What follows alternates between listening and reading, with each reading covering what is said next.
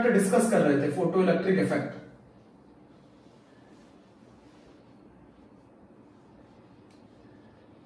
बाकी लोगों को साफ सुन कि बाकी लोग रिस्पॉन्स नहीं दे पा रहे थे, पूछना बच्चों, बाकी बच्चे क्यों नहीं बता रहे हैं?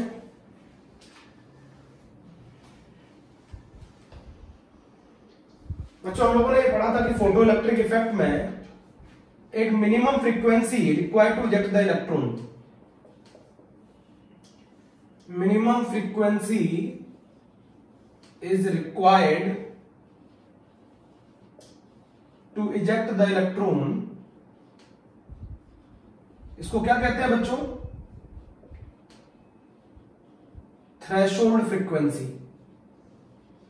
किसी भी मेटल के सरफेस से इलेक्ट्रॉन को इजेक्ट करने के लिए एक मिनिमम फ्रीक्वेंसी की रिक्वायरमेंट होती है। अगर आपने इस फ्रीक्वेंसी से कम की लाइट मेटल के सरफेस पे डाली तो फोटो इलेक्ट्रिक इमिशन नहीं होगा। तो फोटो इलेक्ट्रिक इमिशन होने के लिए क्या कंडीशन जरूरी है?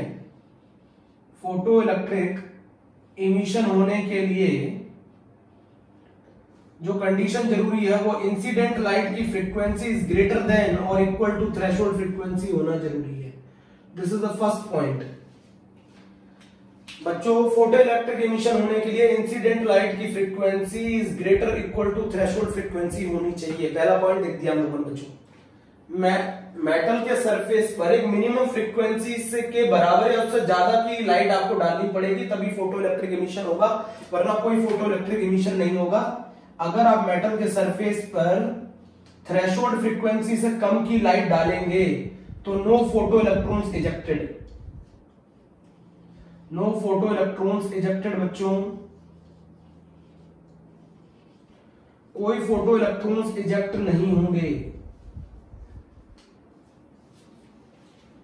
पॉइंट क्लियर है? बोलो बच्चों। मेटल के सरफेस पर आप जो लाइट डालेंगे उस लाइट की फ्रीक्वेंसी एक पर्टिकुलर फ्रीक्वेंसी से ज्यादा होगी तभी इलेक्ट्रॉन्स निकलेंगे, या उसके बराबर होगी, और वो फ्रीक्वेंसी जिससे के बराबर या जिससे ज्यादा होगी वो फ्रीक्वेंसी कहलाएगी minimum frequency, is known as threshold frequency. बोलो बच्चों, बोलो। Yes sir. है ना? तो फोटो इलेक्ट्रिक इफेक्ट के अंदर बच्चों एक फोटो इलेक्ट्रिक इफेक्ट वो फिनोमिनन है जिसे लाइट का वेव नेचर एक्सप्लेन नहीं कर पाया। फोटो इलेक्ट्रिक फिनोमिनन वो फिनोमिनन है जिसे लाइट का वेव नेचर एक्सप्लेन नहीं कर पाया। लाइट का वेव नेचर इसको एक्सप्लेन नहीं कर पाया। अभी बता रहा हूं क्यों नहीं कर पाया। बच्चों, फोटो इलेक्ट्रिक फिनोमिनन वो फिनोमिनन है जिसे लाइट का वेव नेचर एक्सप्लेन नहीं कर पाया। मेटल के सरफेस पर एक सुटेबल फ्रीक्वेंसी की लाइट डालोगे तो मेटल के सरफेस से इलेक्ट्रॉन इजेक्ट होंगे, और अगर इन इलेक्ट्रॉन्स को आप किसी सर्किट में फ्लो करा दोगे तो करंट कांस्टेंट करेगा ये। अगर बच्चों इन इलेक्ट्रॉन्स को बोला जाता है फोटो इलेक्ट्रॉन्स। बच्चों, इन इलेक्ट्रॉन्स को बोला जाता है फोटो इलेक्ट्रॉन्स। मेरी बात समझ रहे हो ना, क्या कहना चाह रहा हूं? मेटल के सरफेस पर एक सुटेबल फ्रीक्वेंसी की लाइट डालो, मेटल के सरफेस से इलेक्ट्रॉन्स इजेक्ट होंगे, उन इलेक्ट्रॉन्स को बोला जाएगा फोटो इलेक्ट्रॉन्स। ठीक है बच्चों? Yes sir. अब जरा ये बताओ, एक मेरी बात सुनना, बहुत ध्यान से मेरी बात सुनो। यहां पर इस मेटल के सरफेस पर कौन है? मेटल के एटम है, मेटल के एटम है ना। इस मेटल के सरफेस, ये इलेक्ट्रॉन कहां से निकल रहे हैं? मेटल के एटम से। ये मेटल के एटम, और मेटल के एटम के अंदर कौन है? इलेक्ट्रॉन्स। मेटल के एटम के अंदर कौन है? इलेक्ट्रॉन्स। और इलेक्ट्रॉन्स को निकलने के लिए क्या चाहिए? एनर्जी। तो मान लो आप जो मेटल के सरफेस पे लाइट डाल रहे हो, उस लाइट की फ्रीक्वेंसी अगर थ्रेशोल्ड फ्रीक्वेंसी से कम है तो आप भले ही कितनी भी इंटेंसिटी बढ़ा दो, आप भले ही कितनी भी इंटेंसिटी बढ़ा दो, बट इलेक्ट्रॉन्स इजेक्ट नहीं होंगे। यहां पर वेव थ्योरी फेल हो गई बच्चों। मेटल के सरफेस पे मेटल एटम, मेटल एटम के अंदर इलेक्ट्रॉन है, इलेक्ट्रॉन को बाहर निकालने के लिए हमें एनर्जी की आवश्यकता है। वेव थ्योरी कहती थी हम एनर्जी कैसे दे सकते हैं? कैसे दे सकते हैं? इंटेंसिटी बढ़ाकर। इंटेंसिटी बढ़ाएंगे तो बताओ, इंटेंसिटी बढ़ाएंगे तो एम्पलीट्यूड बढ़ जाएगा, एम्पलीट्यूड बढ़ेगा तो एनर्जी बढ़ेगी। आपने एनर्जी बढ़ा दी, इलेक्ट्रॉन को निकलने के लिए एनर्जी चाहिए, आपने एनर्जी दी बट इलेक्ट्रॉन नहीं निकले। मेरी बात नहीं समझे? वेव थ्योरी कैसे फेल हो गई? वेव थ्योरी का कहना था जो एनर्जी है वो डायरेक्टली प्रोपोर्शनल है एम्पलीट्यूड के। आपने एम्पलीट्यूड बढ़ाया, आपने इंटेंसिटी बढ़ाई तो एनर्जी बढ़ गई। बोलो एनर्जी बढ़ गई। और अगर एनर्जी बढ़ गई तो इलेक्ट्रॉन को निकलना चाहिए था, बट इलेक्ट्रॉन नहीं निकले।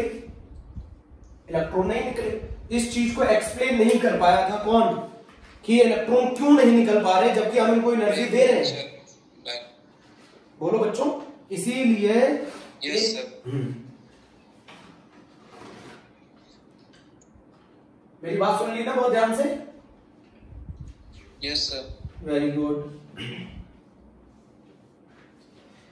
एटॉमिक स्ट्रक्चर में आज हम जो फिनोमिनन पढ़ रहे हैं फोटो इलेक्ट्रिक इफेक्ट है। फोटो इलेक्ट्रिक इफेक्ट को लाइट का वेव नेचर एक्सप्लेन नहीं करता है बच्चों। मेटल के सरफेस पर एक सुटेबल फ्रीक्वेंसी की लाइट डालनी पड़ती है। सुटेबल फ्रीक्वेंसी की लाइट मतलब minimum frequency which is required to eject the electron is known as threshold frequency. Metal के सरफेस पे आप जो लाइट डालोगे उसकी फ्रीक्वेंसी पर्टिकुलर फ्रीक्वेंसी से ज्यादा या बराबर होनी चाहिए, तभी मेटल के सरफेस से इलेक्ट्रॉन इजेक्ट होंगे। बच्चों ध्यान रखना मेरी बात का, इलेक्ट्रॉन इजेक्ट होने के लिए कंडीशन है कि इंसिडेंट लाइट की फ्रीक्वेंसी एक पर्टिकुलर फ्रीक्वेंसी के बराबर या उससे ज्यादा होनी चाहिए, तभी जाके फोटो इलेक्ट्रिक इमिशन होगा। अब बच्चों मैं आपको बताना चाहता हूं कि वेव थ्योरी कैसे फेल हुई। वेव थ्योरी ऐसे फेल हुई कि मेटल के सरफेस पर मेटल एटम है, मेटल एटम के अंदर इलेक्ट्रॉन है, इलेक्ट्रॉन को निकलने के लिए एनर्जी चाहिए। आपने वेव थ्योरी के हिसाब से एनर्जी बढ़ा दी, इंटेंसिटी बढ़ाकर आपने एनर्जी दे दी उन इलेक्ट्रॉन को, बट वो इलेक्ट्रॉन नहीं निकल पाए। ये चीज वेव थ्योरी के हिसाब से फेल हो गई, क्योंकि वेव थ्योरी का कहना था एनर्जी को आप कैसे बढ़ा सकते हैं, इंटेंसिटी बढ़ाकर आप एनर्जी बढ़ाएंगे, एनर्जी दे देंगे आप इलेक्ट्रॉन को, तो इलेक्ट्रॉन को निकलना चाहिए था, बट इलेक्ट्रॉन नहीं निकल पाए। ये पहला पॉइंट था जिसे वेव थ्योरी एक्सप्लेन नहीं कर पाई। समझ में आया? ये फर्स्ट पॉइंट एक्सप्लेन नहीं कर पाई, समझ में आया बच्चों? Yes sir. कोई डाउट? No sir.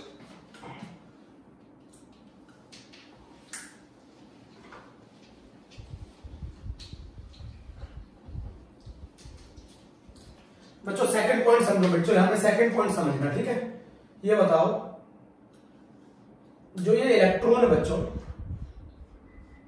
देखा जाए तो इस इलेक्ट्रॉन को मेटल के सरफेस से इजेक्ट होना इंस्टेंटली चाहिए कि टाइम लैग के साथ होना चाहिए था?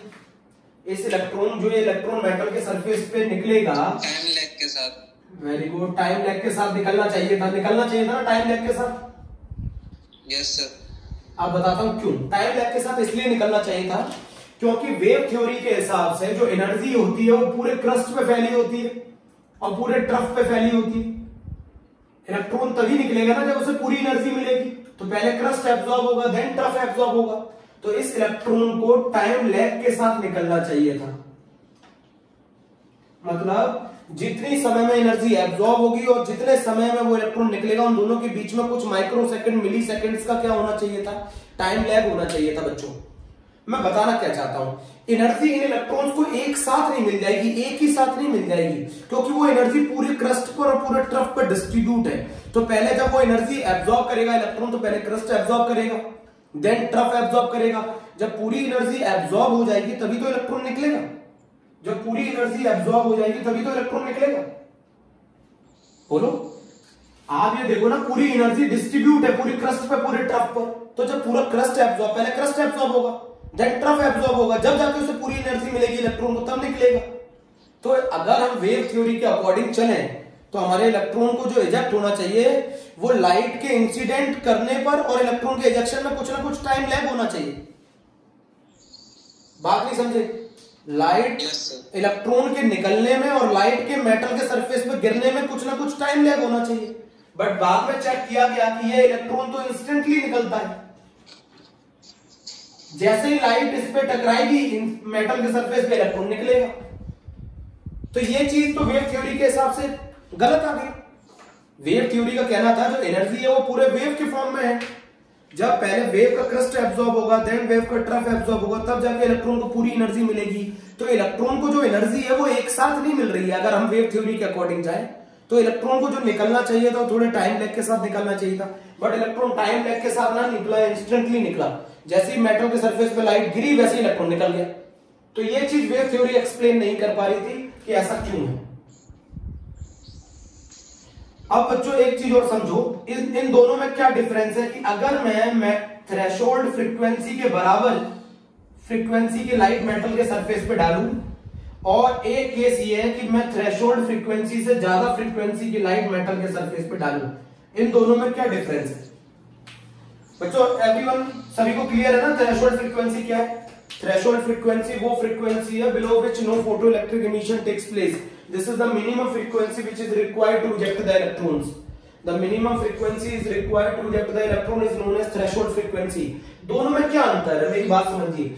अगर मैं मेटल के सरफेस पे जो लाइट डालता हूं उसकी फ्रीक्वेंसी अगर मैं थ्रेशोल्ड फ्रीक्वेंसी की बराबर कर दूं तो क्या होगा, और अगर मैं मेटल के सरफेस पे इलेक्ट्रॉन डालूं उनकी फ्रीक्वेंसी, मेटल के सरफेस पे जो लाइट डालूं उसकी फ्रीक्वेंसी अगर हम थ्रेशोल्ड फ्रीक्वेंसी से ज्यादा कर दें तो क्या डिफरेंस होगा?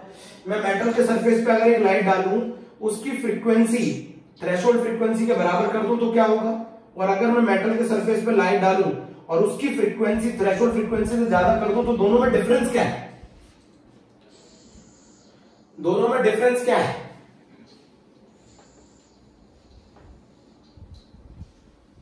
दोनों में डिफरेंस क्या है?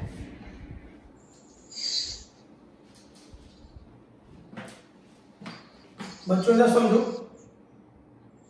अगर मैं इंसिडेंट लाइट के बराबर थ्रेशोल्ड फ्रीक्वेंसी के बराबर अगर मैं इंसिडेंट लाइट डालता हूं तो इलेक्ट्रॉन इजेक्ट तो होंगे, बट उनके पास काइनेटिक एनर्जी जो होगी वो क्या होगी बच्चों? जीरो होगी. मेरी बात सुन रहे हैं? अगर मैं मेटल के सरफेस पे जो लाइट डालता हूं उसकी फ्रीक्वेंसी अगर थ्रेशोल्ड फ्रीक्वेंसी के बराबर होगी तो इलेक्ट्रॉन इजेक्ट तो होंगे, बट वो मेटल का सरफेस छोड़ के नहीं जा सकते क्योंकि उनकी काइनेटिक एनर्जी जीरो होगी. बट अगर मैं मेटल के सरफेस पे जो लाइट डालूंगा अगर वो थ्रेशोल्ड फ्रीक्वेंसी से ज्यादा होगी तो वो जितनी ज्यादा होगी उतनी वो किसमें कन्वर्ट हो जाएगी? Kinetic energy. उतनी वो काइनेटिक एनर्जी में कन्वर्ट हो जाएगी. चलो डायग्राम से समझने की कोशिश करते हैं. काइनेटिक एनर्जी अगर वर्सेस मैं इंसिडेंट लाइट की फ्रीक्वेंसी का ग्राफ बनाऊं तो काइनेटिक एनर्जी जीरो कब होती है? जब इंसिडेंट लाइट की फ्रीक्वेंसी थ्रेशोल्ड फ्रीक्वेंसी के बराबर होती है. इसके आगे आप जितना जाएंगे उतना काइनेटिक एनर्जी क्या करती जाएगी? बढ़ती जाएगी.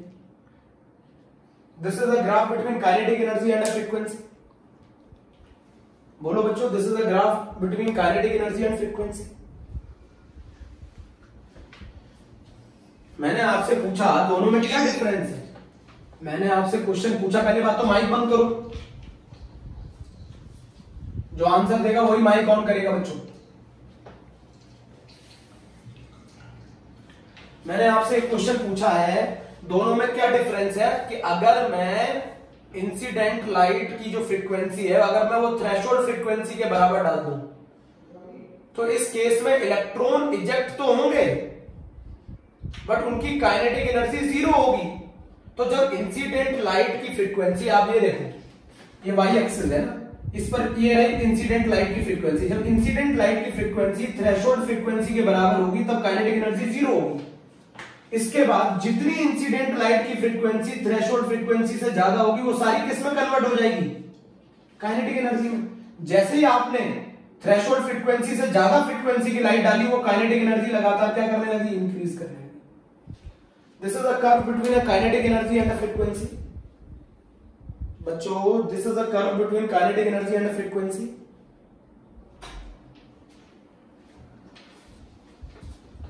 जल्दी बताओ, this is a curve between a kinetic energy and a frequency.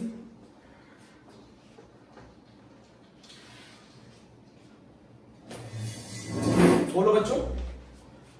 बच्चों इस थ्योरी के हिसाब से अभी तो हम पढ़ रहे हैं, सिर्फ ऑब्जर्वेशन पढ़ रहे हैं फोटो इलेक्ट्रिक इफेक्ट का, कि काइनेटिक एनर्जी इंटेंसिटी पे डिपेंड नहीं करती थी. बच्चों फोटो इलेक्ट्रॉन्स की जो काइनेटिक एनर्जी है बच्चों वो इंटेंसिटी पे डिपेंड नहीं करती थी. ये सेकंड कर्व है, बहुत ज्यादा इंपॉर्टेंट है. ये फर्स्ट कर्व है बच्चों. यही तो हम एक्सप्लेनेशन पढ़ेंगे. Sir Einstein photo electric effect को एक्सप्लेन करेंगे by using Planck's quantum theory.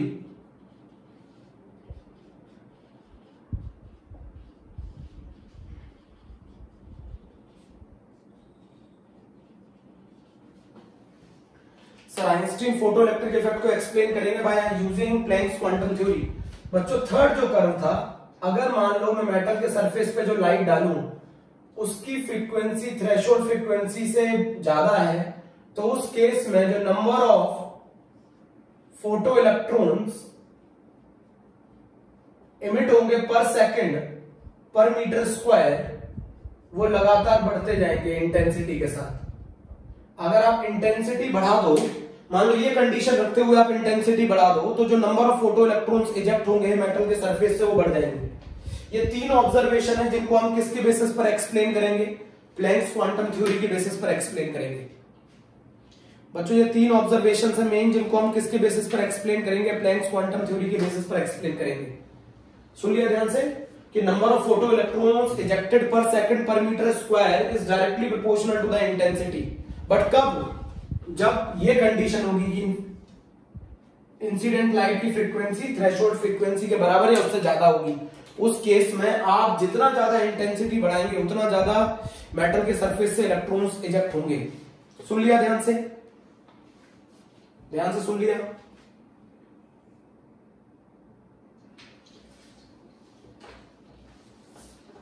क्या रिस्पॉन्स है बताना?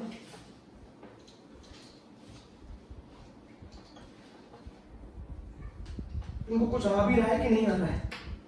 घूमे पहले बच्चे क्या है समझ नहीं आता मुझे तो। कुछ बताते नहीं है ना, इनका पास ये है कि हाँ हमें आ रहा है। 12th वाले बच्चे मेरे रिस्पॉन्स बताते हैं कि हाँ सर हम लोगों को इतना आ रहा है, इतना नहीं समझ में आया था। हाँ एक बस वेदांत है उसका रिस्पॉन्स आ रहा है बस, अब निधि का भी आया। चलो नहीं तो फिर कर क्या रहे हैं ये लोग? कर क्या रहे हैं? इनको लाइव क्लास पढ़ा लो तो दिक्कत है, नहीं पढ़ाओ तो दिक्कत है। ये पढ़ने नहीं चाहते। हाँ? बच्चों मेरे 12th में 140 स्टूडेंट कनेक्ट होकर इतना जबरदस्त रिस्पांस देते हैं, आप पढ़ नहीं रहे, लगातार बता ही नहीं रहे, क्या समझ में आ रहा नहीं यार?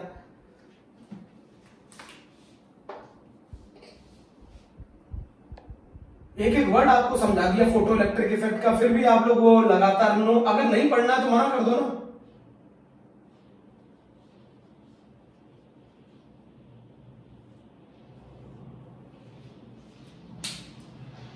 फोटो इलेक्ट्रिक इफेक्ट में मैंने आपको बताया क्या? पहला पॉइंट क्या बताया? फोटो इलेक्ट्रॉन्स कब इजेक्ट होंगे? जब इंसिडेंट लाइट की फ्रीक्वेंसी थ्रेशोल्ड फ्रीक्वेंसी के बराबर हो या उससे ज्यादा हो। दूसरा, अगर इंसिडेंट लाइट की फ्रीक्वेंसी थ्रेशोल्ड फ्रीक्वेंसी से कम है तो भले ही आप इंटेंसिटी कितनी भी बढ़ा दो, इंटेंसिटी कितनी भी बढ़ा दो, नो फोटो इलेक्ट्रॉन्स इजेक्टेड। ये इसका दूसरा पॉइंट था। तीसरा पॉइंट ये था जो काइनेटिक एनर्जी है वो प्रोपोर्शनल है बच्चों फ्रीक्वेंसी के, ठीक है ना? काइनेटिक एनर्जी जो है वो इंडिपेंडेंट है इंटेंसिटी के। ये सारे फिनोमेनन कौन एक्सप्लेन करेगा? सर आइंस्टीन एक्सप्लेन करेंगे using the Planck's quantum theory. पहला पॉइंट था कि अगर आपको मेटल के सरफेस से इलेक्ट्रॉन इजेक्ट करने हैं तो मेटल के सरफेस पे जो लाइट डालेंगे उसकी फ्रीक्वेंसी थ्रेशोल्ड फ्रीक्वेंसी के बराबर या उससे ज्यादा होनी चाहिए। अगर मेटल के सरफेस पे आप जो लाइट डालते हैं उसकी फ्रीक्वेंसी अगर थ्रेशोल्ड फ्रीक्वेंसी से कम है, भले ही आप कितनी भी इंटेंसिटी बढ़ा दें, कोई फोटो इलेक्ट्रॉन इजेक्ट नहीं होगा। और जो काइनेटिक एनर्जी है वो प्रोपोर्शनल है फ्रीक्वेंसी के। कैसे? अगर आप इंसिडेंट लाइट की फ्रीक्वेंसी थ्रेशोल्ड फ्रीक्वेंसी के बराबर डालेंगे मेटल के सरफेस पे तो जो इलेक्ट्रॉन इजेक्ट होंगे उनकी काइनेटिक एनर्जी जीरो होगी। बट अगर आप मेटल के सरफेस पे जो लाइट डालेंगे उसकी फ्रीक्वेंसी अगर थ्रेशोल्ड फ्रीक्वेंसी से ज्यादा होगी तो वो जितनी ज्यादा होगी उतनी किस में कन्वर्ट हो जाएगी? काइनेटिक एनर्जी में। और इसी के ऊपर जो कर्व बनाया गया था वो इस तरीके का बनाया गया था कि काइनेटिक एनर्जी वर्सेस अगर हम फ्रीक्वेंसी का कर्व ले लें तो बच्चों जहां पर काइनेटिक एनर्जी जीरो कब होती है? जब इंसिडेंट लाइट की फ्रीक्वेंसी थ्रेशोल्ड फ्रीक्वेंसी के बराबर होगी। इंसिडेंट लाइट की फ्रीक्वेंसी इससे नीचे जाओगे तो कोई इलेक्ट्रॉन इजेक्ट ही नहीं होगा, इस पर काइनेटिक एनर्जी जीरो होगी। और इसके आगे जाने पर ये लगातार बढ़ती जाएगी काइनेटिक एनर्जी। अगला कर्व जो बताया था वो ये बताया था कि काइनेटिक एनर्जी जो होती है वो इंटेंसिटी के इंडिपेंडेंट होती है। ये इन्होंने दूसरा कर्व बताया। तीसरा जो कर्व बताया ये सारा एक्सप्लेनेशन है by using the Planck's quantum theory. जो थर्ड पॉइंट था वो ये बताया था कि अगर मान लो मैं मेटल के सरफेस पे जो लाइट डालूं उसकी फ्रीक्वेंसी थ्रेशोल्ड फ्रीक्वेंसी से ज्यादा हो तो बताओ अगर मैं इंटेंसिटी बढ़ा दूं, इस केस में अगर मैं इंटेंसिटी बढ़ाऊं तो क्या होगा? तो जो नंबर ऑफ फोटो इलेक्ट्रॉन्स होंगे जो इजेक्ट होंगे पर सेकंड पर मीटर स्क्वायर, पर सेकंड पर मीटर स्क्वायर, जो इलेक्ट्रॉन इजेक्ट होंगे वो लगातार बढ़ते जाएंगे।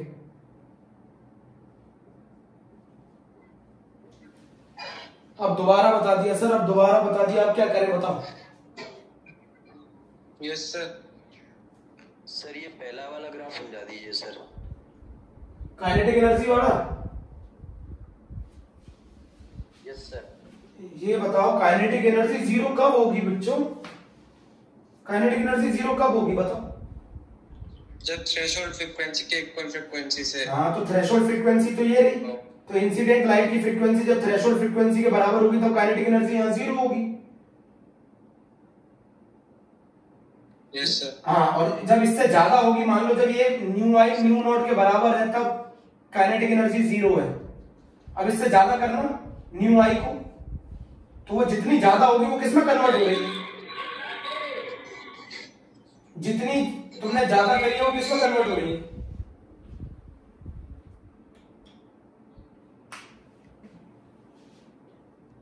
आपने जितनी ज्यादा करी है वो किसमें कन्वर्ट हो रही है? काइनेटिक एनर्जी में। Okay sir.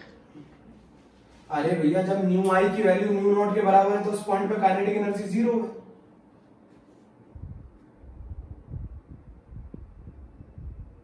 बोलो किसका माइक ऑन रहता है? बेटा गधे हो क्या सबके सब? हाँ, इतना डिस्टर्बेंस 15-20 बच्चों के अंदर। अभी तक नहीं आ पाई अभी तक। काइनेटिक एनर्जी और इंटेंसिटी का कर्व ये होता है बच्चों, इनका एक्सप्लेनेशन कौन करेगा? प्लैंक्स क्वांटम थ्योरी करेगी। इनका एक्सप्लेनेशन प्लैंक्स क्वांटम थ्योरी करेगी।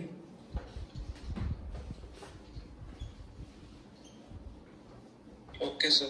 ठीक है, आप कुछ पूछना है पूछ लो, अभी भी पूछ लो, फिर बता दूंगा। चलो बस माइक डिस्टर्ब नहीं करना, बस बोलो। और कुछ पूछना है पूछ लो।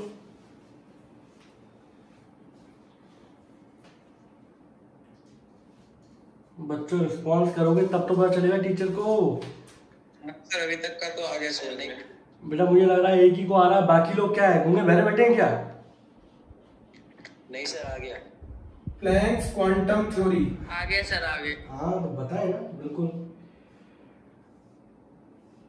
प्लैंक्स क्वांटम थ्योरी बच्चों, इस थ्योरी का ये कहना था कि जो लाइट होता है उसका वेव नेचर नहीं होता, लाइट के हैविंग अ पार्टिकल नेचर। इस थ्योरी का कहना था कि लाइट का जो नेचर होता है वो वेव नेचर नहीं होता। इस थ्योरी का कहना था light does not have a wave nature, light having a particle nature. Light का कैसा नेचर होता है? Particle nature. अब ये देखो एक बात बता दूं मैं शुरुआत से ध्यान से। लाइट का पार्टिकल जैसा नेचर होता है, पार्टिकल से मिलकर बनी नहीं होती है। मेरी बात सुनना ध्यान से, दोनों में अंतर है। जैसा नेचर पार्टिकल शो करते हैं, लाइट भी वैसा नेचर शो करती है, बट इसका मतलब ये नहीं कि light made up of particle है। अब बच्चों मैं एक चीज शुरुआत से बताता हूं, देखो सुनो जरा। लाइट प्लैंक्स क्वांटम थ्योरी से पहले हम ये पढ़ रहे थे light having a wave nature. Light का वेव नेचर होता है, इसका हमारे पास प्रूफ था। लाइट का वेव नेचर होता है, इसका हमारे पास प्रूफ था। वो प्रूफ था इंटरफेरेंस, वो प्रूफ था डिफ्रैक्शन, वो प्रूफ था रिफ्लेक्शन। ये फिनोमिनन शो करती है ना लाइट। अगर लाइट ये फिनोमिनन शो करती है तो इसका मतलब लाइट के पास वेव नेचर था, ये वेव नेचर का प्रूफ है। बट दो फिनोमिनन एक्सप्लेन नहीं हुआ है वेव नेचर से, black body radiation and photo electric effect. ये दो फिनोमिनन एक्सप्लेन नहीं हो पाए। तो एक साइंटिस्ट आए सर प्लैंक्स, उन्होंने कहा लाइट का वेव नेचर नहीं होता है, लाइट का पार्टिकल नेचर होता है। बच्चों इन्होंने सुनो, ध्यान से सुनो मेरी क्या बात कह रहा हूं मैं। इन्होंने कहा था कि लाइट का वेव नेचर नहीं होता है, लाइट का पार्टिकल नेचर होता है। अगर किसी सोर्स से लाइट इमिट हो रही है या किसी सब्सटेंस में एब्जॉर्ब हो रही है तो ये कंटिन्यूअसली नहीं होता, ये डिसकंटिन्यूअसली होता है in the form of packets, in the form of bundle, energy bundle के फॉर्म में होता है। बच्चों फिर से मैं बता रहा हूं, सुनो मेरी बात। इनका कहना था किसी सोर्स से जो लाइट निकल रही है, इमिट हो रही है, और किसी सब्सटेंस में जो एब्जॉर्ब हो रही है वो कंटिन्यूअसली नहीं होता, वो डिसकंटिन्यूअसली होता है in the form of packets. छोटे छोटे पैकेट्स के फॉर्म में एनर्जी रेडिएट हो रही है, एनर्जी इमिट हो रही है।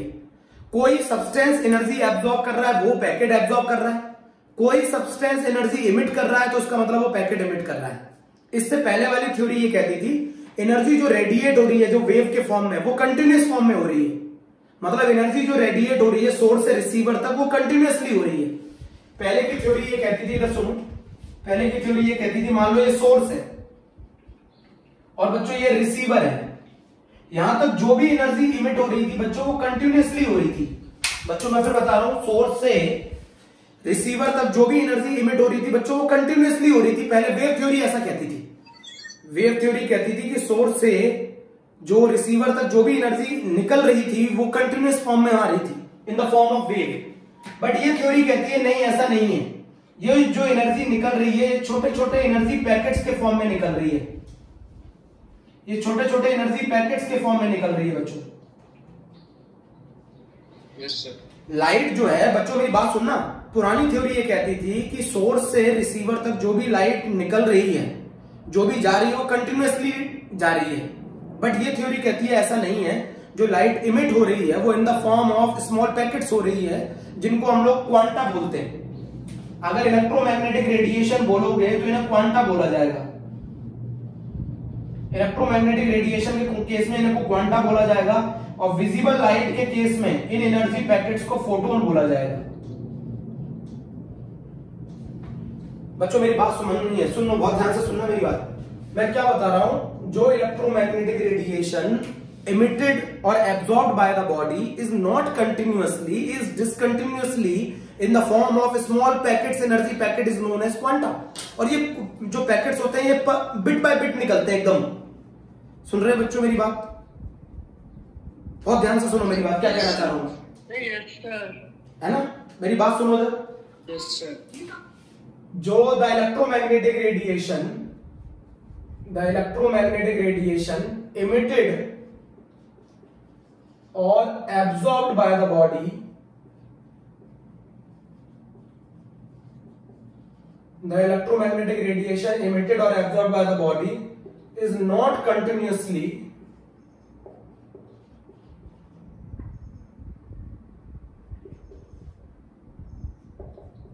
discontinuously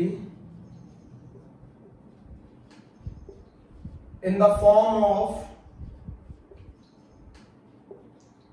energy packets known as quanta।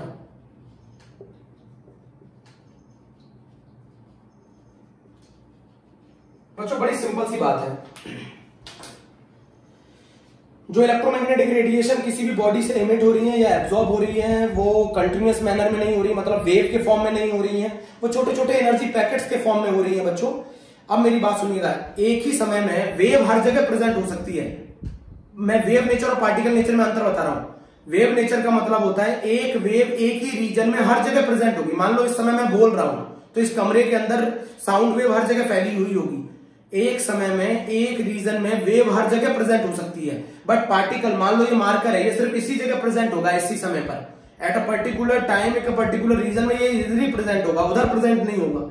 और अगर उधर प्रेजेंट होगा तो इधर प्रेजेंट नहीं होगा। This is the difference between a particle nature and a wave nature. Wave nature कहता है कि किसी सोर्स से जो इलेक्ट्रोमैग्नेटिक रेडिएशन या एनर्जी जो रेडिएट होती है वो कंटिन्यूअस होती है, कंटिन्यूअस निकलती है। वो वेव का मतलब ही कंटिन्यूअस है बच्चों, वेव का मतलब ही कंटिन्यूअस है। बट पार्टिकल नेचर का कहना होता है कि जो एनर्जी रेडिएट हो रही है या एनर्जी इमिट हो रही है वो in the form of small packets होती है, known as quanta. Electromagnetic radiation के केस में इन पैकेट्स को क्वांटा बोला जाता है और in case of visible light 350 nanometre से 750 नैनोमीटर के केस में इनको हम फोटोन्स बोलते हैं। अब जरा मेरी बात सुनो, अभी भी नहीं समझ में आया? जी सर। जैसे आपने अभी देखा होगा घरों, बच्चों मेरी बात सुनो सर, आपने देखा होगा घरों में पाइपलाइन लगी हुई है, गैस की लगी है ना, गैस की। Yes sir. हाँ सर। Yes sir. और अभी भी कुछ घरों में, जैसे मेरे घर में सिलेंडर आते हैं, अभी गैस की पाइपलाइन नहीं लगी है। तो अब अंतर समझो, यहां से तुम्हें समझ में आएगा, जो पाइपलाइन है उससे लगातार गैस की सप्लाई हो रही है, पाइपलाइन है उससे लगातार गैस की सप्लाई हो रही है। Yes sir. और अगर हम सिलेंडर यूज करते हैं तो एक सिलेंडर यूज हो जाने के बाद फिर हम दूसरा सिलेंडर यूज करते हैं तो वहां डिसकंटिन्यूअस फॉर्म में गैस यूज हो रही है। Yes sir. जब आप सिलेंडर यूज करते हो तो आप डिसकंटिन्यूअस फॉर्म में सिलेंडर यूज कर रहे हो। बट जब आप गैस की पाइपलाइन की सप्लाई यूज करते हो तो कंटिन्यूअस होती है। तो इनका कहना था, इस थ्योरी का ये कहना था कि वेव थ्योरी ये कहती थी जो एनर्जी रेडिएट होती है वो कंटिन्यूअस होती है in the form of wave. Source से रिसीवर तक एनर्जी कंटिन्यूअसली निकलती है वेव के फॉर्म में। बट इस थ्योरी का कहना था ऐसा नहीं है। इस थ्योरी का कहना था जो एनर्जी रेडिएट होती है वो in the form of small packets होती है जिसको हम क्वांटा कहते हैं। जो एनर्जी रेडिएट होती है वो in the form of small packets होती है जिसको हम लोग क्वांटा कहते हैं। In case of electromagnetic radiation each packet is known as quanta. This quanta is known as energy bundle, energy packet. Yes sir. हाँ, और in case of light these energy packets are known as photon. In case of light these energy packets are known as photon. बात को समझो, okay, बात को समझो जरा, मुझे बताओ जल्दी से। Yes sir. नहीं आया समझ में? सर आ गया सर, आ गया सर, आ गया, आ गया सर। पूरा पूरा ध्यान से सुनेंगे तभी आगे बढ़ेंगे। रुक जाओ, आज पहले मैं बहुत इंपॉर्टेंट टॉपिक समझा रहा हूं। बात सुनो मेरी, क्या कहना चाहता हूं। प्लैंक्स क्वांटम थ्योरी का कहना था कि लाइट का वेव नेचर नहीं होता, लाइट का पार्टिकल नेचर होता है। इनका कहना था कि किसी भी सोर्स से जो लाइट निकलती है और किसी सब्सटेंस में एब्जॉर्ब होती है वो कंटिन्यूअसली नहीं होती, वो डिसकंटिन्यूअसली होती है, in the form of packets होती है। और ये पैकेट बिट बाय बिट निकल रहे होते हैं, ऐसे पता बहुत तेजी से निकल रहे होते हैं ये पैकेट्स, ठीक है। In the case of electromagnetic radiation these packets are known as quanta. In case of light these packet are known as photon. तो जो एनर्जी रेडिएट हो रही है या एब्सॉर्ब हो रही है, the light is also the form of energy and this energy is radiated in the form of small packets और energy bundle is known as quanta और फोटोन। बच्चों विजिबल लाइट 350 नैनोमीटर से 750 नैनोमीटर के लिए हम इनको फोटोन्स बोलते हैं, और अगर हम इनकी बात इलेक्ट्रोमैग्नेटिक रेडिएशन के लिए करें तो हम इनको क्वांटा बोलते हैं। मतलब एनर्जी जो है वो कंटिन्यूअसली नहीं निकल रही है, वो डिसकंटिन्यूअसली निकल रही है in the form of packets. मान लो अगर कोई एनर्जी एब्जॉर्ब करेगा तो भी वो पैकेट से एब्जॉर्ब करेगा, और कोई एनर्जी डिलीवर करेगा तो भी वो पैकेट से डिलीवर करेगा। मेरी बात समझो।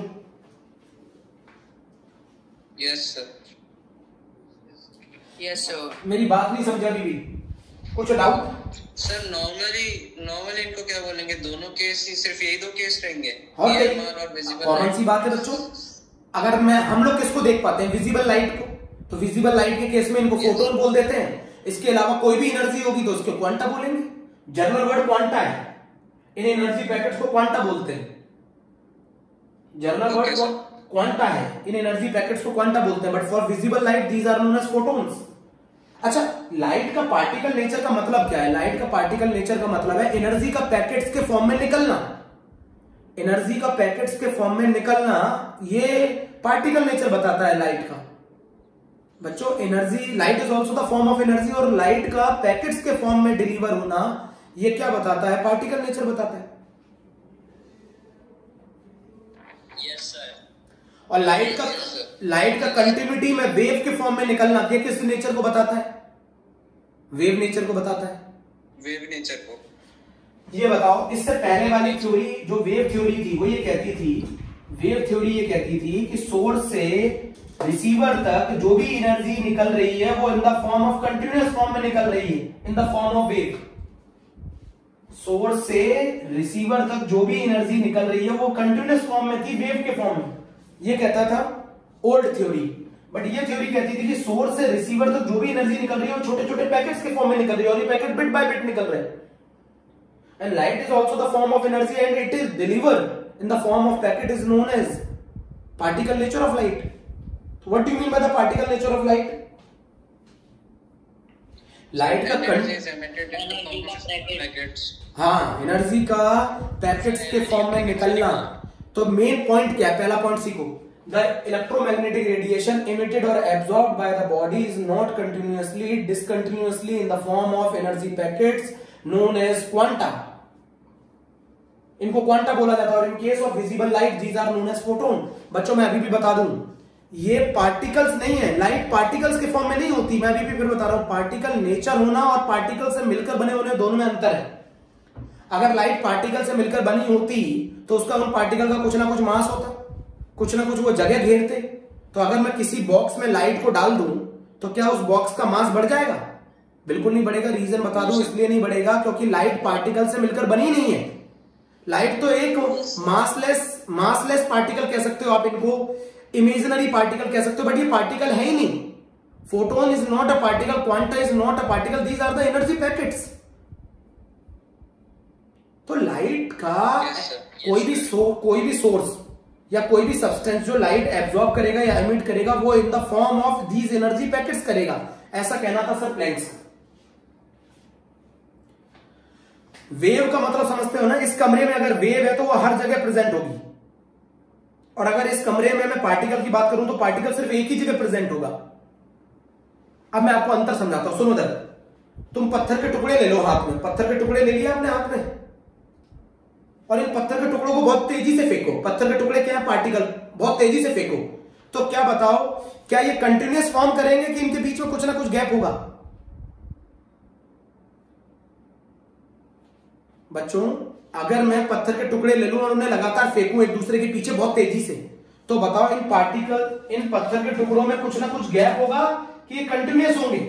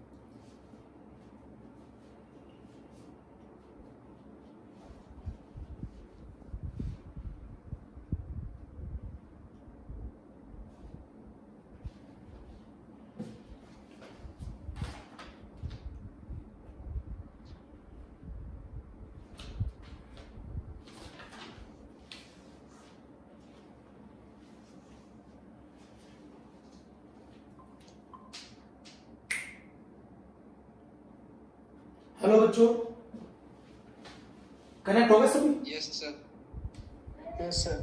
देखो मेरी एक बात, शुरुआत से हम लोग इस बात को छोटी छोटी टुकड़ों में समझने की कोशिश करते हैं कि देखो, इससे पिछला भी टॉपिक तुम कनेक्टेड हो गए, मुझे मालूम है तुम लोगों को अच्छे से समझ में आया है कि लाइट का वेव नेचर था। इस बात का हमारे पास प्रूफ था कि लाइट इंटरफेरेंस शो करती है, डिफ्रैक्शन शो करती है, रिफ्लेक्शन शो करती है, रिफ्रैक्शन शो करती है। ये प्रूफ है कि light having a wave nature. But light बच्चों ब्लैक बॉडी रेडिएशन फिनोमिनन और photo electric effect wave nature से एक्सप्लेन नहीं हो पाया। तो एक और साइंटिस्ट आए जिनका नाम था सर प्लैंक्स। सर प्लैंक्स ने क्या कहा? सर प्लैंक्स ने कहा कि जो लाइट है उसका वेव नेचर नहीं है, लाइट का पार्टिकल नेचर है। पार्टिकल जैसा नेचर लाइट शो करती है। तो इसका क्या मतलब है? कि इसका मतलब ये है कि जब सोर्स से किसी लाइट निकलती है, the light emitted by the source or absorbed by the substance is not continuously, it is continuously in the form of packet, and these energy packets are known as quanta। क्या कहना था कि जो light source से निकलती है या कोई सब्सटेंस उस लाइट को एब्जॉर्ब करेगा वो कंटिन्यूअस नहीं होगी, मतलब वो वेव के फॉर्म में नहीं होगी, वो एनर्जी पैकेट्स के फॉर्म में होगी, और ये energy packet bit by bit निकल रहे होंगे।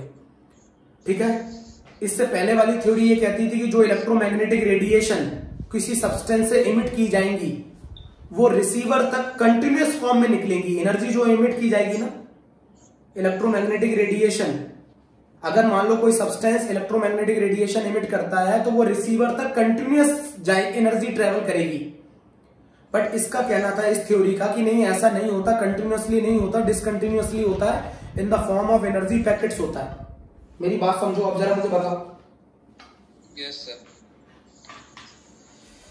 प्लैंक्स क्वांटम थ्योरी मानती है कि लाइट का पैकेट्स के फॉर्म में निकलना पार्टिकल नेचर ऑफ लाइट बताता है। अब पार्टिकल नेचर का मतलब समझो। वेव नेचर का मतलब होता है एक वेव एक रीजन में एक ही समय में हर जगह प्रेजेंट हो सकती है, बट एक पार्टिकल एक ही रीजन में एक समय में एक ही जगह प्रेजेंट हो सकता है। वेव कंटिन्यूटी को बताती है, पार्टिकल डिसकंटिन्यूटी को बताता है। सुन रहे हैं? पार्टिकल वाला नेचर डिसकंटिन्यूटी को बताता है, वेव वाला नेचर कंटिन्यूटी को बताता है। वेव कहती थी एनर्जी सोर्स से रिसीवर तक कंटिन्यूअस जाती है, बट पार्टिकल नेचर बोलता है कि सोर्स से रिसीवर तक एनर्जी पैकेट्स के फॉर्म में डिलीवर होती है। इलेक्ट्रोमैग्नेटिक रेडिएशन के लिए इन पैकेट्स को हम क्वांटा बोलते हैं, but in case of visible light these energy packets are known as photon. बोलो बच्चों। Yes sir. अब जरा मेरी बात समझो। हाँ, totally understood? Yes sir. Yes sir. मुझे तो नहीं लग रहा तुम लोगों को समझ में आया है। सर आ गया। अब मेरी बात सुनना बहुत ध्यान से, ये एग्जाम्पल जो मैं बता रहा हूं वो सुनना। बच्चों देखो इधर, मेरी बात समझो। मैं एक पत्थर के टुकड़े ले लूं अपने हाथ में और इन पत्थर के टुकड़ों को मैं फेंकूं एक दूसरे के पीछे। मैं कितनी भी तेजी से फेंकूं, इन पत्थर के टुकड़ों के बीच में गैप रहेगा कि नहीं रहेगा? रहेगा ना। अब जब रहेगा ना, कितना भी तेजी से फेंकूं, अगर मैं कितनी भी तेजी से फेंकूं, इनके बीच में गैप तो रहेगा बट डिस्टेंस कम हो जाएगा। बट ये हो सकता है, बट ऐसा नहीं हो सकता कि ये कंटिन्यूअस हो जाएंगे। बोलो बच्चों। Yes sir. एक पत्थर के टुकड़ों को मैं लगातार एक दूसरे के पीछे तेजी से फेंकूं, फिर भी कितनी भी तेजी से फेंकूं, इनके बीच में कुछ ना कुछ गैप रहेगा ना। This is the meaning of the particle. जिस तरीके से एक पार्टिकल को के बीच में, दो पार्टिकल के बीच में गैप रहता है ना, उसी तरीके से दो एनर्जी पैकेट्स भी के बीच में भी गैप रहता है। बात समझो, ये कंटिन्यूअस नहीं निकलती, ये discontinuous in the form of small energy packet known as quanta. समझ गए यहां तक? यहां तक की कहानी हो गई? चलो ठीक है।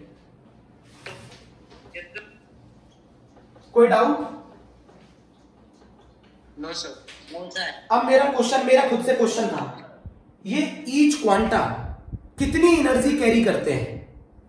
ये हर एक क्वांटा कितनी एनर्जी कैरी करते हैं? ये हर एक क्वांटा कितनी एनर्जी कैरी करता है? तो ये बताया इसके सेकंड पोस्टुलेट ने, और वो सेकंड पोस्टुलेट था कि energy is directly proportional to the frequency.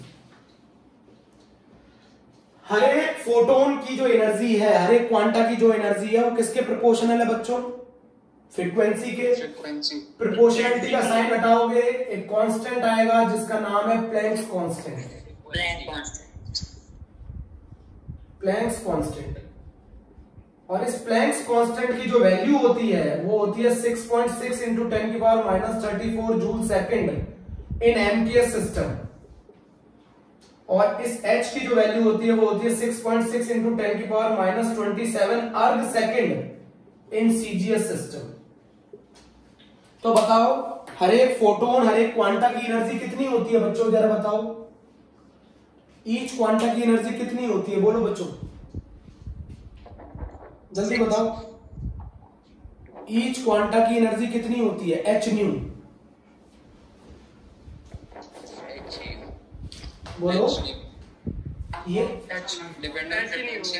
हाँ, ये जो हर एक क्वांटा है ये कितनी एनर्जी कैरी करता है? ये जो एनर्जी कैरी करता है वो प्रोपोर्शनल होती है फ्रीक्वेंसी के। प्रोपोर्शनलिटी का साइन हटाया तो एक कांस्टेंट आया एच न्यू। हर एक फोटोन की जो एनर्जी होती है वो एच न्यू होती है। फोटोन भी बोल सकते हो और क्वांटा भी बोल सकते हो। क्वांटा बोलोगे इलेक्ट्रोमैग्नेटिक रेडिएशन के केस में, और लाइट के केस में फोटोन बोलोगे। हर एक फोटोन की एनर्जी कितनी होती है? H new. इसको वेवलेंथ के टर्म्स में लिख सकते हो?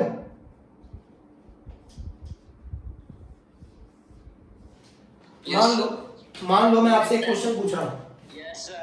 अगर आप फोटोन की एनर्जी या क्वांटा की एनर्जी बढ़ाना चाहते हो तो क्या बढ़ा दो? फ्रीक्वेंसी। अगर फ्रीक्वेंसी बढ़ाओगे तो एनर्जी ऑफ फोटोन बढ़ेगी, वेवलेंथ बढ़ाओगे तो एनर्जी ऑफ फोटोन घटेगी। Yes sir. चेक करो पॉइंट, जल्दी चेक करो। Yes sir. तो यस सर। आप इसको यहां पर ऐसा पॉइंट लिख लेना, the energy of one quanta, the energy of one quanta is proportional to frequency. The energy of one quanta is proportional to the frequency. सुना ध्यान से, the energy of one quanta is proportional to the frequency. Yes sir. चलो ठीक है, यहां तक clear? Yes sir. अब इसको नोट कर लो। नोट सर स्क्रीनशॉट ले लो। हाँ ले लो स्क्रीनशॉट।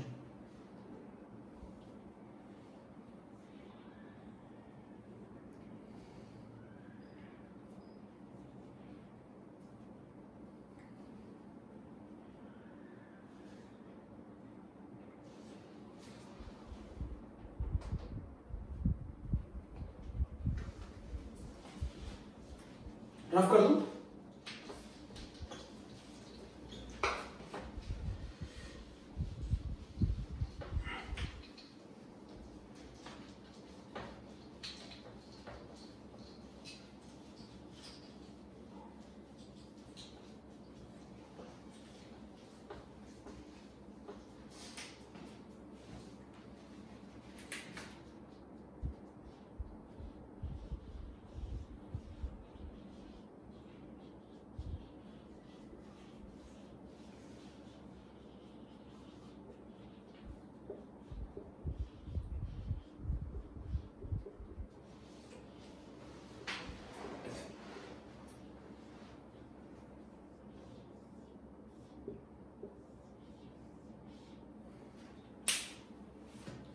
सर हाँ सर पार्टिकल नेचर में इंटेंसिटी से कोई रिलेशन नहीं है एनर्जी का। नहीं नहीं नहीं नहीं, वो वेव थ्योरी का लेना था। वेव थ्योरी का कहना था कि अगर आप एनर्जी बढ़ाओगे तो आपको एम्पलीट्यूड बढ़ाना पड़ेगा, और इस थ्योरी का कहना था अगर आप एनर्जी को बढ़ाना चाहते हैं तो फ्रीक्वेंसी को बढ़ाना पड़ेगा, या फिर अगर आप एनर्जी को बढ़ाना चाहते हैं तो आपको वेवलेंथ कम करनी पड़ेगी। वेवलेंथ घटा। Okay sir. बच्चों एक फोटोन की जो एनर्जी होती है वो h न्यू होती है, दूसरा एक फोटोन की एनर्जी को वेवलेंथ के टर्म्स में हम hc/लैम्डा कहते हैं। इससे जो एनर्जी आएगी बच्चों वो जूल में आएगी। h की वैल्यू सभी बच्चों को मालूम है 6.6 × 10⁻34 जूल सेकंड होते हैं। c आपको सभी को मालूम है 3 × 10⁸ मीटर पर सेकंड होता है, और लैम्डा को मीटर में रखेंगे। ठीक है बच्चों?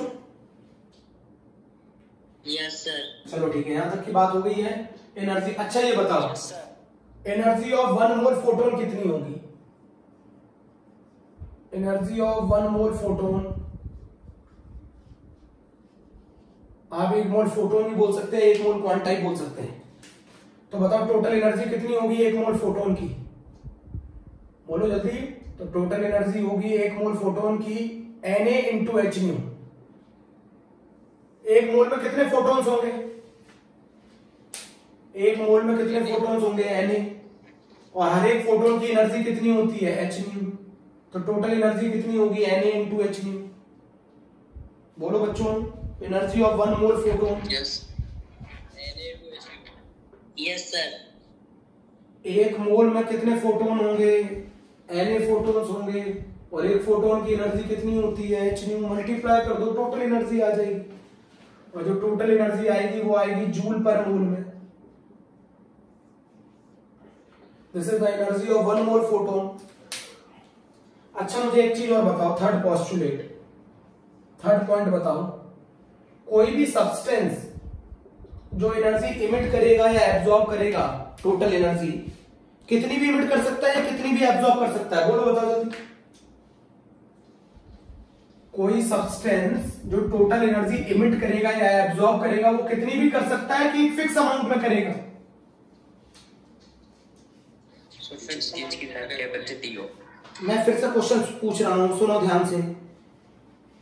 कोई भी सब्सटेंस जो एनर्जी इमिट करेगा या एब्जॉर्ब करेगा वो कितनी भी कर सकता है कि एक फिक्स अमाउंट में करेगा? सर फिक्स अमाउंट में करेगा।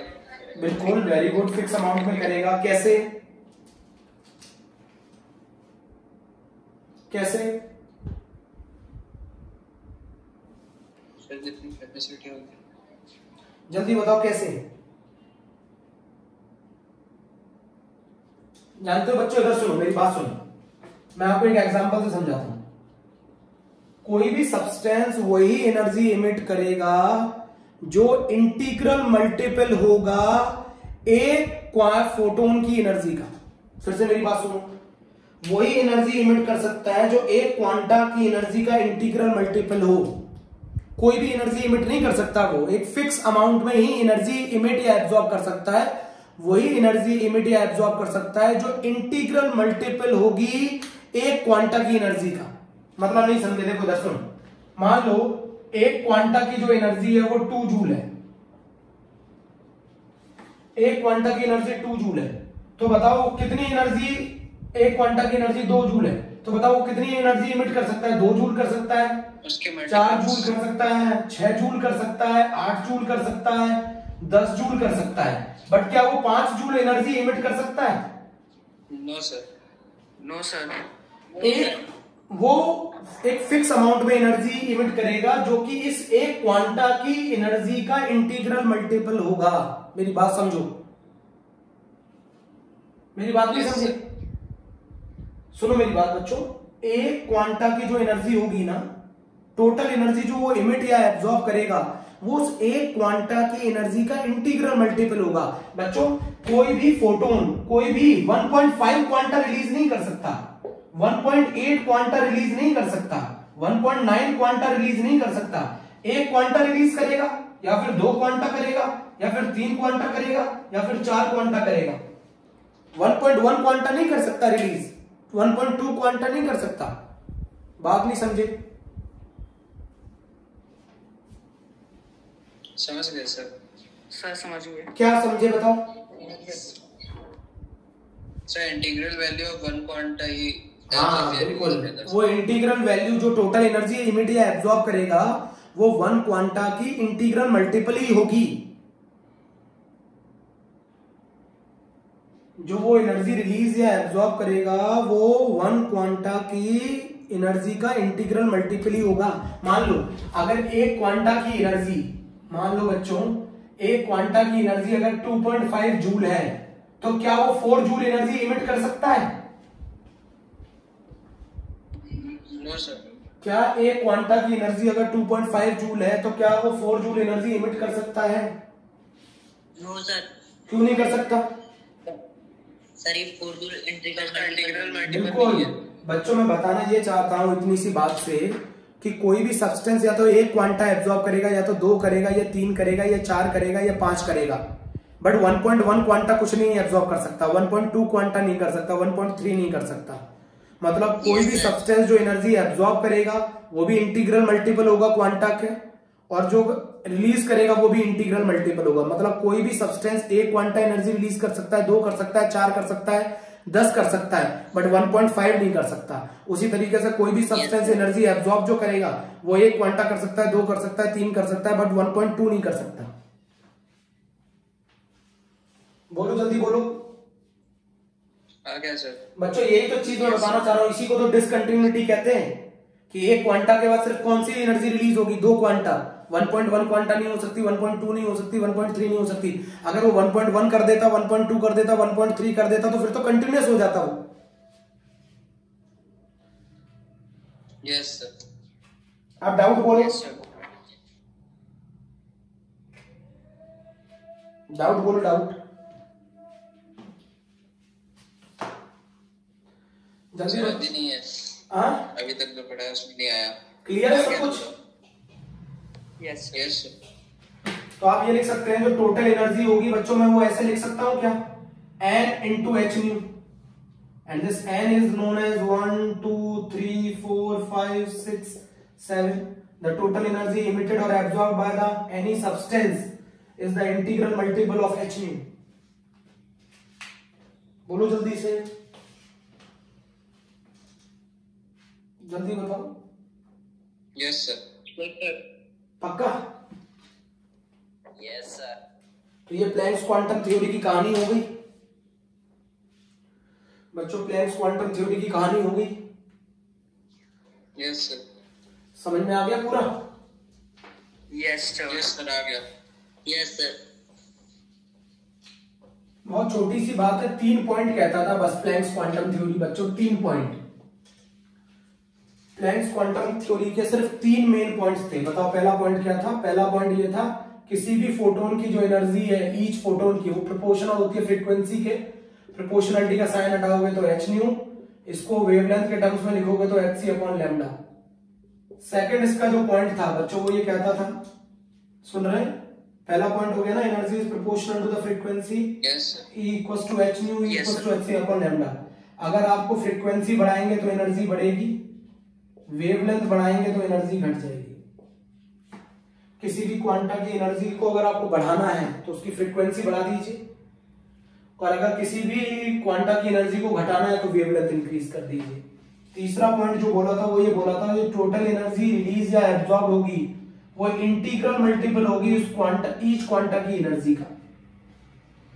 तीसरा पॉइंट ये बोला था जो टोटल एनर्जी रिलीज और एब्जॉर्ब होगी वो इंटीग्रल मल्टीपल होगी ईच क्वांटा की एनर्जी का। 1 2 3 4 5 6 3 पॉइंट हो गए। Fourth point, energy of 1 mole photon. Energy of 1 mole photon,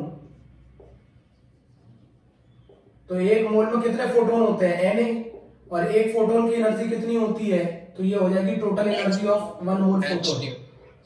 this is the total energy of 1 mole photon, Na into h new. Unit क्या आएगी बताओ? यूनिट आएगी जूल पर